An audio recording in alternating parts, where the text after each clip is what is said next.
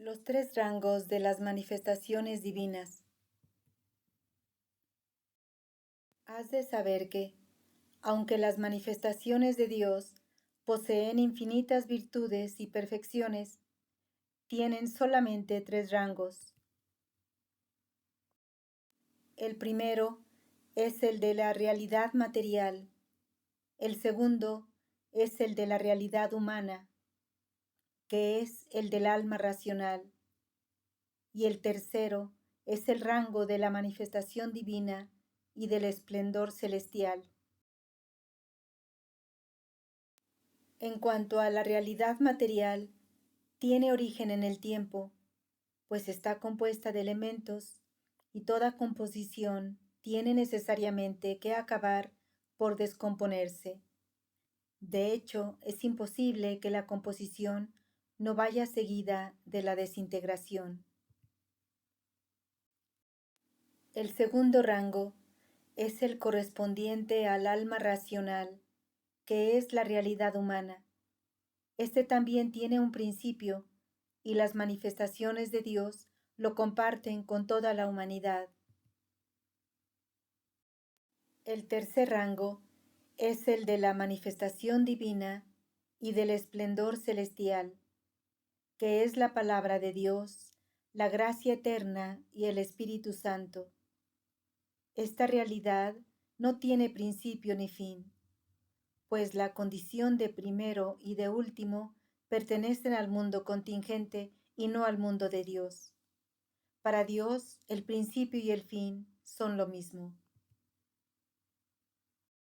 De manera similar, el cálculo de días, semanas, meses y años, del ayer y del hoy, se hace con respecto a la tierra, pero en el sol tal cosa no se conoce. No hay ni ayer, ni hoy, ni mañana, ni tampoco meses ni años. Todos son iguales. Asimismo, la palabra de Dios está por encima de todas estas condiciones y más allá de toda ley, restricción o limitación que pueda existir en el mundo contingente. Has de saber que, aunque las almas humanas han existido en la tierra durante una miríada de edades y ciclos, no obstante, el alma humana tiene un origen. Y, dado que es una señal de Dios, una vez que ha sido creada, es sempiterna. El espíritu humano tiene un comienzo, pero no tiene fin. Persiste para siempre. Asimismo, las diversas especies que se encuentran en la tierra tienen un origen en el tiempo, pues todos reconocen que hubo una época en la que estas especies no existían en ningún lugar de la superficie terrestre, y de hecho hubo un tiempo en el que la tierra misma no existía. Pero el mundo de la existencia siempre ha existido, pues no se limita a este globo terráqueo. Con ello queremos decir que, aunque las almas humanas tienen un origen, son inmortales, perdurables y sempiternas, pues el mundo de las cosas es un mundo de imperfecciones en relación con el mundo del ser humano, y el mundo del ser humano es un mundo de perfección en relación con el de las cosas. Cuando las cosas imperfectas alcanzan la etapa de la perfección, llegan a ser eternas. Esto se aporta como ejemplo, procura entender su verdadero sentido. Pues bien, la realidad de la condición profética, que es la palabra de Dios y el estado de perfecta manifestación divina, no tiene ni principio ni fin, pero su resplandor varía al igual que el del sol. Por ejemplo, apareció en el signo de Cristo con el mayor brillo y esplendor, y esto es eterno e imperecedero. Mira cuántos reyes que han conquistado el mundo, y cuántos ministros y gobernantes sabios han venido y se han ido, y todos han caído en el olvido, mientras que las brisas de Cristo siguen todavía difundiéndose en el día de hoy. Aún brilla su luz, aún se alza su llamamiento,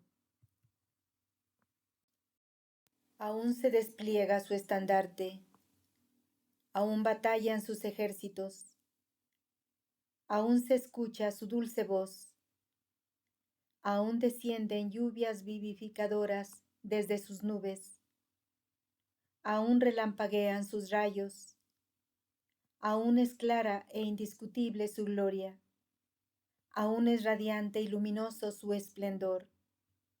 Y lo mismo puede decirse de toda alma que se cobija a su sombra y recibe su luz. Por lo tanto, es evidente que las manifestaciones de Dios poseen tres rangos: el rango físico, el rango del alma racional y el rango de manifestación divina y esplendor celestial. La realidad corporal inevitablemente perecerá. En cuanto a la realidad del alma racional, pese a tener principio, no tiene fin y está dotada de vida sempiterna. Pero en cuanto a aquella santa realidad de la que Cristo dice, el Padre está en el Hijo, no tiene principio ni fin. Su principio se refiere simplemente a la revelación que Él hace de su propio rango. Así, a modo de analogía, Él asimila su silencio al sueño. Una persona que está en silencio es como alguien que está dormido, y cuando habla es como si hubiera despertado. Aún así, la persona dormida y la despierta son la misma persona. No ha habido ningún cambio en su realidad, su excelsitud, su sublimidad, su realidad interior o su naturaleza innata. Es simplemente que la condición de silencio se ha asemejado a la del sueño y la de manifestación al estado de vigilia. Ya sea que duerma o esté despierta, la persona es siempre la misma. El sueño es simplemente un estado posible y la vigilia otro. Es por ello que el periodo de silencio se compara con el sueño y el periodo de manifestación y guía con el estado de vigilia.